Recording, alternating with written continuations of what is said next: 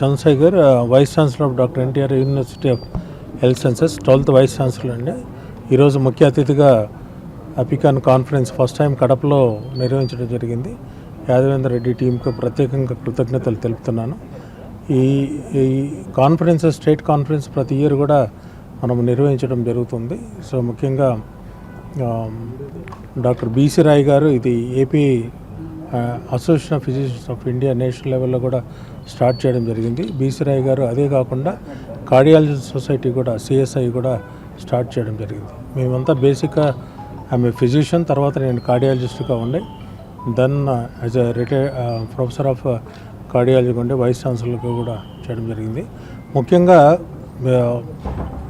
ముఖ్యంగా ప్రతి సంవత్సరం కూడా మనం research is important from the university side నుంచి కూడా మామూలుగా 75 lakhs మనము స్పెండ్ చేస్తున్నాము for undergraduate students, 2 lakhs per each teacher కూడా.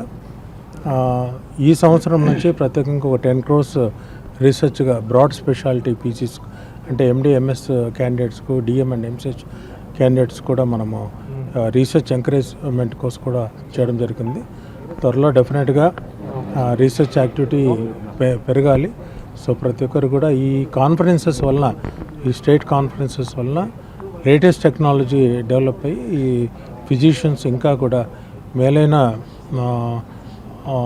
చికిత్స అందిస్తారు ప్రజలకు. ఈ కాన్ఫరెన్స్, ఇట్లాంటి కాన్ఫరెన్స్ కంటిన్యూగా, అదే కాకుండా జర్నల్స్ ఫ్రమ్ ద యూనివర్సిటీ కూడా చేస్తున్నాము. ప్రత్యేకంగా కడపలో ఫస్ట్ టైం మనకు జరుగుతుంది. యాదవేంద్ర రెడ్డి టీం ప్రత్యేకంగా కృతజ్ఞతలు తెలుపుతున్నానండి.